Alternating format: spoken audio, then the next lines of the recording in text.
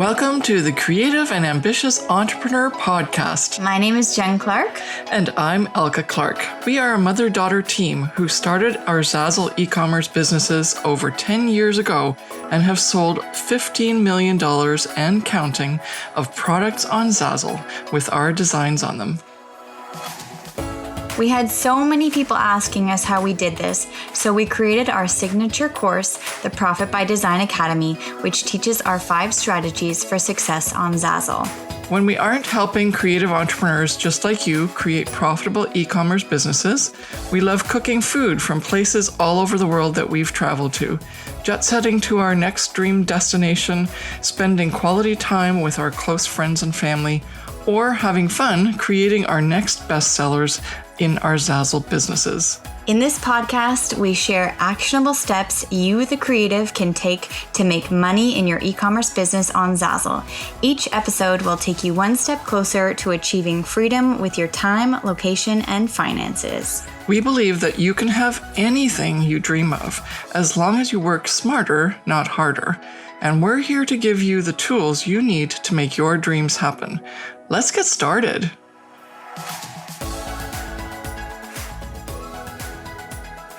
Well, hey there, it's Elke, and welcome to another episode of the Creative and Ambitious Entrepreneur Podcast. Yes, I'm flying solo again today. Jen is not here. She's dealing with a bit of a shoulder and neck injury. What can you do? But she's getting better, just so that everyone knows, because everyone's reached out and asked how she's doing. So thank you so much for concerns and well wishes. Really appreciate that. So what is our topic for today? Pinterest do's and don'ts for Zazzle designers. Yep, that's true. There's a whole bunch of things that have been happening on the Pinterest platform, which has really taken us for aback. So let's just say, and it's like, what? Those rules don't apply anymore? It's like, oh my gosh, I got to change my entire Pinterest strategy for posting from Zazzle onto the Pinterest platform. So I'm here to help. I was going to say we are, but I'm doing the solo. So the most important thing is that since about January of 2021, Pinterest has put into place certain other changes that weren't there before, and those impact on how we as Zazzle designers need to pin to the platform for most effective results, right? And our results are twofold. We want to drive traffic to our Zazzle store to get sales, and we also want, if possible, to get the referral income for making that affiliate link move from Pinterest to the Zazzle marketplace. And of course, make them buy our stuff or make them buy somebody else's stuff. But depending on your affiliate link, which is a whole other episode, we're not getting into that now, but you can then make some affiliate income based on your the type of links that you create. But the most important thing is that Pinterest is one of the main sources that we recommend in the Profit by Design Academy, and that we have used personally to make over $1.5 million worth of money on Zazzle. That has been our main source externally promoting onto the Pinterest platform. So we're always watching out and making sure that we not only look and take into account all the changes, but then we test them out. That's why we're doing this podcast here in May. And even though the changes happened earlier, we wanted to test out everything and then give you the best advice. And so that's what we're going to do today. And today's going to be very special because it's basically going to be a to-do list and a to-don't list. So you're going to get some don'ts, but you're also going to get a lot of do's. And together, those are going to help you make sure that you feel comfortable being as effective as possible on the Pinterest platform when you're promoting your Zazzle products. And I'm just going to dive in because there's quite a few of them, and we want to keep this short. All right, so the first we're going to start with the do's. I'm always up for more positive than negative. So the best thing to do is to do the positive, right? And then if you do some of the negatives, then, well, it's not a problem, but it's not a big deal. But the main thing is to do these do's. All right. So do number 1. I'm not even going to say that for the rest of this. It just sounded really weird the way I just said it. So, do pin your Zazzle products using the red pin button on Zazzle immediately after posting.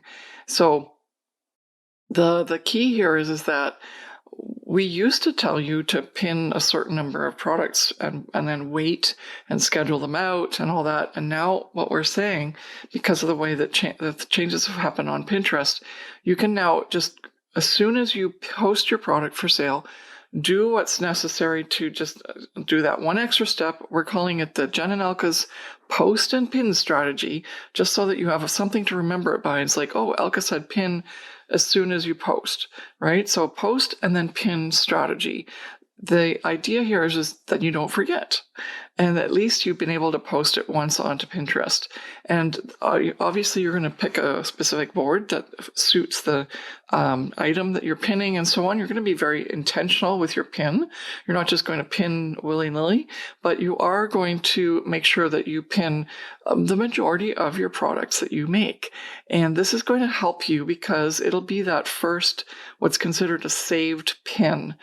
Because when you use that little red button on the Zazzle platform that's right next to the product when it's on the product page, that then goes directly to, like if you're linked up, then it goes to Pinterest, and then all the information from the Zazzle platform that is necessary goes over into the Pinterest pin.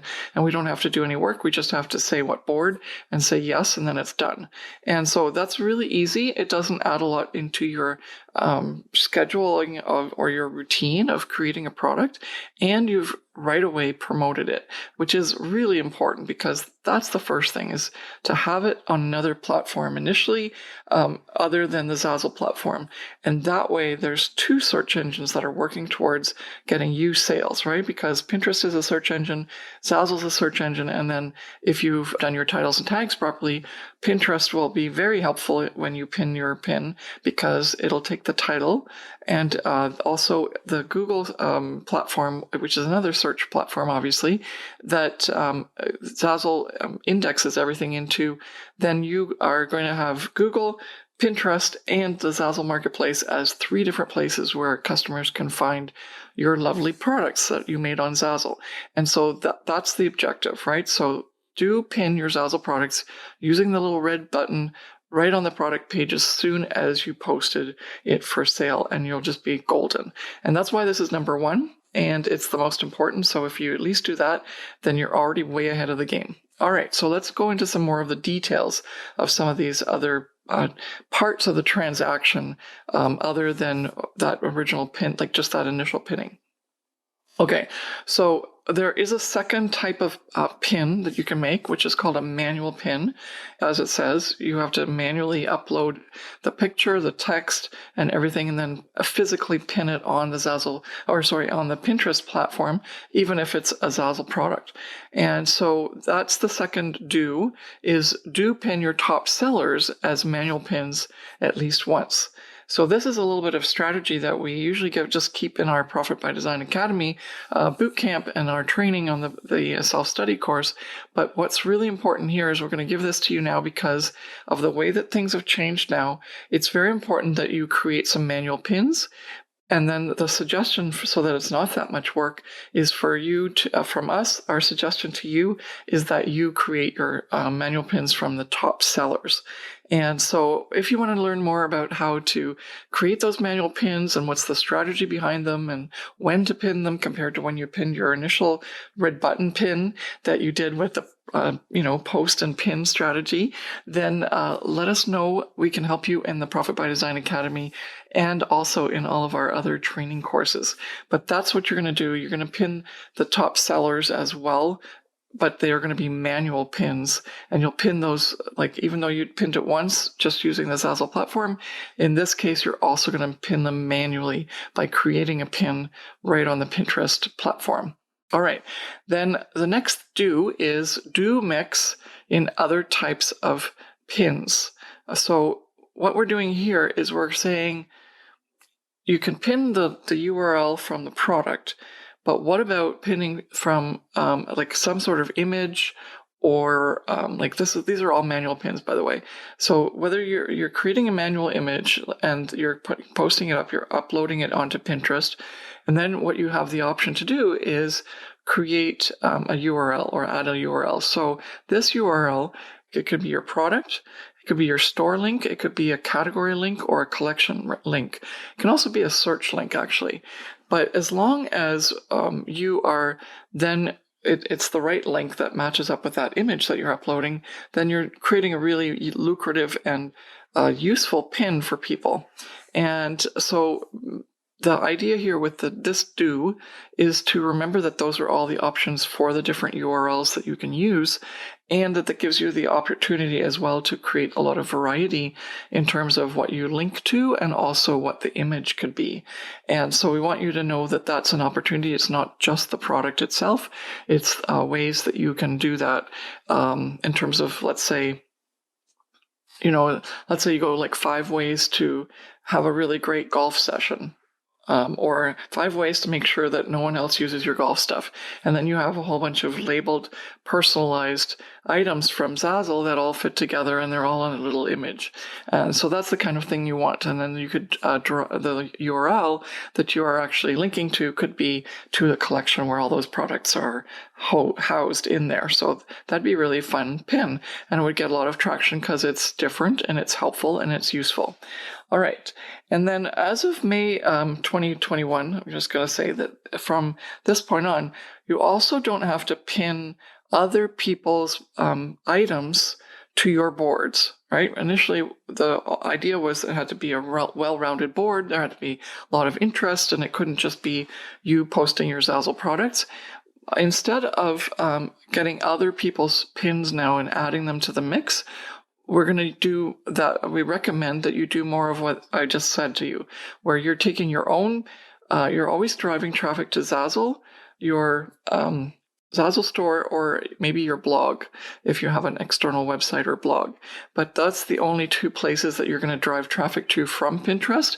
And instead, what you're going to do is vary up the pins based on what the pin looks like, instead of adding in, other things that you may be used to that were like help guides or a pretty picture of a cake or a flowers, or someone playing golf as like just a Canva, like a stock image or something like that.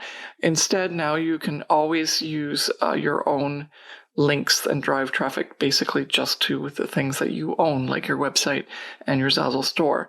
And so that's really important.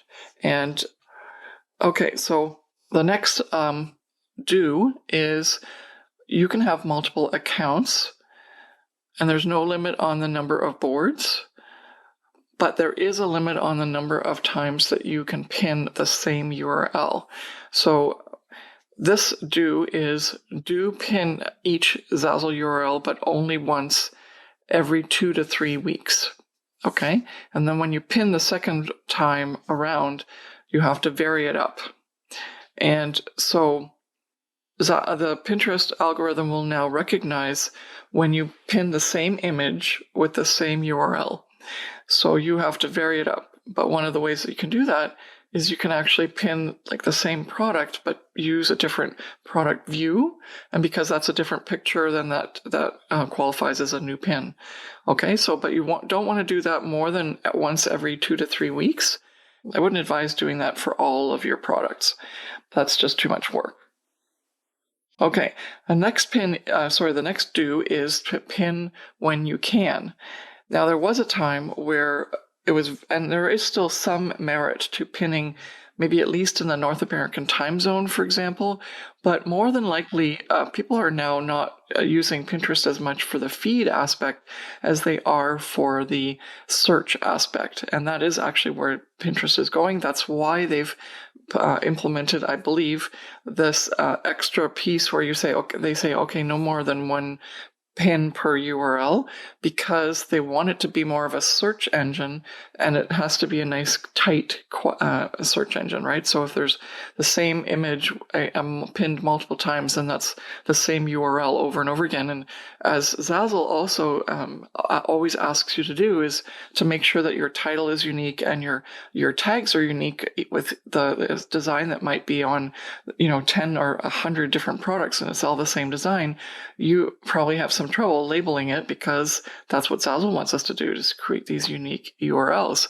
And this is what Pinterest is asking as well, so that the search algorithm is much better and the rankings are better on Google and all that stuff. So we're all trying to, as a community, help these sites become even better in terms of their SEO.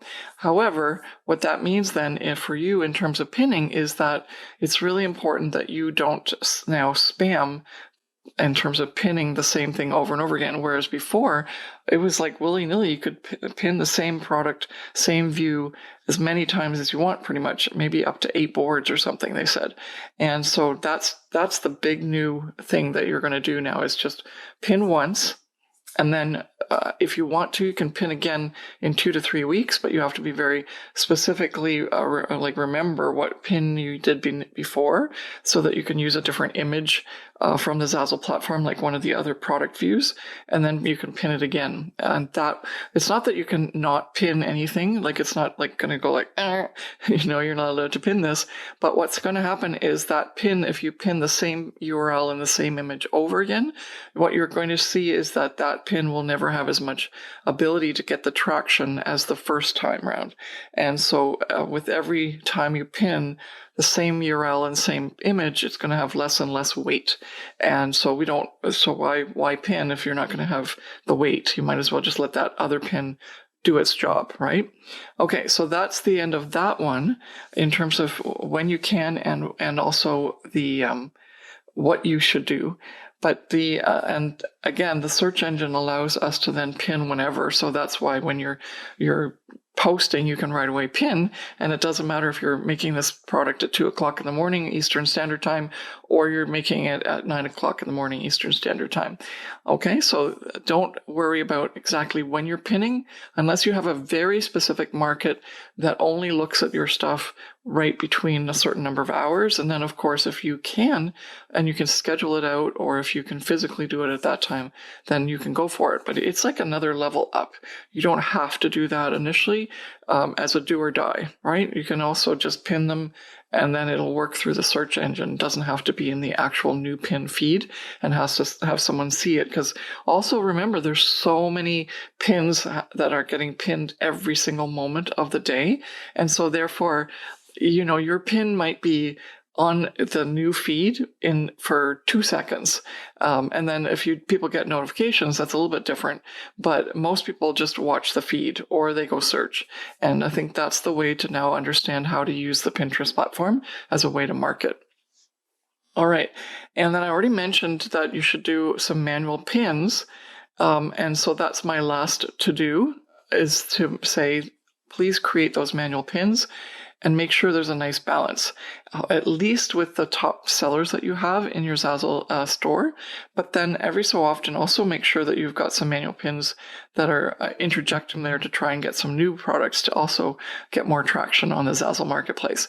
But this, because we always have this in mind with our perceivable, passive, profitable business framework that we've developed, where we want to make sure that it's passive and profitable. And so therefore it's perceivable as in like, can I really do all this work? And because manual pins take a lot of work, a lot of thought, and they take a lot of time, is the return worth it? So if you want to do it, but otherwise the first time, post and pin, that strategy you can definitely do. And then over time, create some manual pins for your top sellers. And then if you want to go one more step further, you do get some more leverage when you do manual pins. Also, the reason is that your manual pin should be something interesting and different, including things like reels, videos. I think you can even do carousels now, but I'm not sure. And I think they're going to get into stories soon.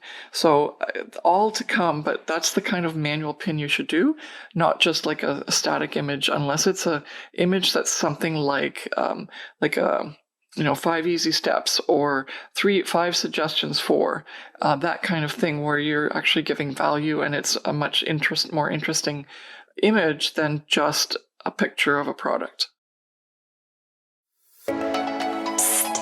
Have you heard about our Creative and Ambitious Entrepreneur Facebook group yet? Are you a Zazzle designer who is struggling to find a community where you'll receive training, content, and be able to connect with like-minded creatives who also want to crush it on Zazzle? Then the Creative and Ambitious Entrepreneur Facebook group is perfect for you. Joining is easy. Click the link in the show notes and we will see you on the inside. Now let's get back to the show. So that's all the do's, and now we're going to go into the don'ts. All right, so the first don't is don't waste time creating board covers. Some people have done that and have made their boards look really pretty, but if you have a really great title and description, then it's not a problem. You can just have your images showing on the boards and as you pin them, and it'll be fine, because the most important thing is that people come to a board for a reason. They're not looking at your account specifically and going like, what should I pick from this entire account? Instead, they're going to be like, they're interested in, the latest things for kids working at home, like homeschooling or something. I'm just making something up. But that's how they're going to get attracted to your account, and they're going to just specifically look at your board, not your entire account, because you might have other offerings like weddings or business and so on. And I know that you're trying to cover an entire area of niches that you cover in your Zazzle store, but the people on Pinterest are going to just come there for that one specific piece that they want, not just like, oh, I want to look at this designer's Pinterest account. That's not how it works, although that's how we as Zazzle designers look at it. And so therefore we think it needs to be all pretty. Whereas for them, it's just, we just need to get them to where they want to go and how we can help them. But if you do find that there is a little bit of something there that, you've got so much going on in your Pinterest boards that it could be at least an advantage to have a couple of the top sellers that you have in Zazzle have a cover image, so that if people are browsing, like let's say that you're a specialist in weddings, and then you have people who are coming because they're doing something that they want a wedding something, then maybe they have yet to know whether they should be in the pink and blue wedding board or the navy nautical wedding board. And if that's the case, then that might be one of those instances where you have to put some more attention into creating board covers. But right now, that's not necessary. The second don't is repin your own pins into other boards directly from Pinterest. Okay, so that's really interesting, right? Because that's new. So now repins are not as interesting. So you don't need to take it from one board and put it into another. Rather, take a new pin from somewhere external, even if it's similar or it's the same product that you're actually going to direct them to as a customer. You are going to use a different pin, maybe with a different image if you're doing another saved pin. But if you're doing a manual pin, then you can even put the image is going to be different anyway, and then you can use the same URL as well. So either of those, then you don't put those in the same board, you put them in a different board, okay? But you're not repinning from other boards, and you're also not repinning your other people's pins to your board. Okay, the next don't is don't change the descriptions of other people's pins. So even though we're not starting, like we're basically saying don't bother with other people's pins, but if you are doing that and you're pinning someone else's pin onto your boards, it's a definite no-no. That's one of the reasons why, it's a definite no-no to edit that, because that's one of the reasons now that it's so difficult to edit pins. And I think the message here is more so if you're now creating like even a manual pin, you don't want to rejig the information from someone else that has set this up properly on their website with the price or with the information, and all of a sudden you switch out the text. That's taking someone else's property and modifying it, which you have no permission for. And I think that's one of the reasons that this is coming into place. And I think at some point, if it's not already done, it's going to be that you can't do it anyway. Okay, and then the next don't is don't delete pins. It's a waste of time. The idea here is that you've already put them up, and they're just there in the ether space, and there's no advantage at all for deleting those. I'm looking at my notes here just so I don't forget any of the don'ts. Okay, don't add hashtags anymore. Okay, there was a time when hashtags were definitely something that would help your products or your pin, and you'd probably be mostly pinning your products. They would be showing up in the feeds more easily if there was a hashtag. Now that's completely gone, so don't add hashtags anymore and don't worry about them. If you have products or pins, that have hashtags that you did in the past, don't worry about them. Doesn't matter. Don't go back and edit anything. You can't even sometimes do that, but don't worry about that. Just don't add any more hashtags. All right, the next don't change descriptions on old pins of your own. This goes in line with the ones of others, but Pinterest will not see the edits, which makes it's kind of weird. Rather, if you've edited your Zazzle product, repin it as a new pin, even though it's the same product and the same URL, it'll have a different title because you've edited the title, and so therefore it will look as like a new pin. And so that's the way to do that, rather than changing the description or the any sort of edits on an old pin, because it won't get picked up anyway. All right, and then the next don't use cutesy names, spaces, icons in board titles. All right. So some people are like using emojis and whatever else, and really like fun names like the name of their paintings or whatever, like Serenity. What you want to do with your titles for your boards is to actually make them searchable and unique and specific for the use of that board. So if we are dealing with a black and white 50th birthday party invitation and accessories, then that's what you have to write in there. If you have like all 50th and fabulous birthdays suggestions, then that's what the title should be. If you have everything for women over 50 that need a birthday invitation / party ideas, then that would be your title, right? We want to make them very, very specific so that we make sure, and if you just say birthdays, then that's useless, right? That's as bad as putting all these like cutesy names in and stuff. But the key here is those icons and the emojis, they don't get searched, and so it's just a waste of character spaces. All right, definitely don't use group boards. There is a merit to using group boards when you're part of like Tailwind, and there's some other, like that's a scheduler if you're not sure about that. But then there's that in itself for traction might be something you want to do. But what we recommend in the Profit by Design Academy is that you have to feel worthy that your actual brand and your creativity is worth it, that you can be a standalone brand. And if you're in a group board, that means you're being like you feel like you need to have others help you. Whereas your brand and your products and your designs should actually be able to stand on their own in terms of people finding them. And when you're in these group boards, you're in a sea of many, which means that maybe you think you have more coverage, but you also may be, if you're not part of the top tier in that group and you're not the top seller, then yours are not going to be shown as much, or like others, when they see yours next to the top seller, they may actually pick the top seller. And so what you're doing is actually more hurting yourself more by being in these group boards than the benefits that come from it.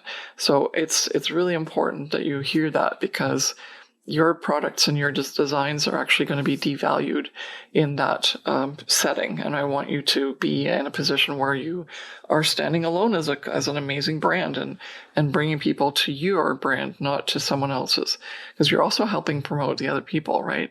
And this is one place where, even though I always preach abundance and there's more than enough for everybody, I don't think that we should be diluting our brand by doing the group board thing. All right, the next don't create sections. it may not even be a subject matter anymore, but if you're still able to, and you keep thinking that maybe sections are a good way to divide up your boards, this is not searchable. So the sections aren't searchable, and they're just really for personal use to divide up your pins to organize them better, but it's not part of the main search engine. And so therefore it defeats the purpose of you having even a pin on Pinterest because it's no longer searchable. And so don't use sections. Okay, the next don't is don't miss out on visibility. Do pins that are not just the products that you have from Pinterest, or sorry, from Zazzle that you pin onto Pinterest.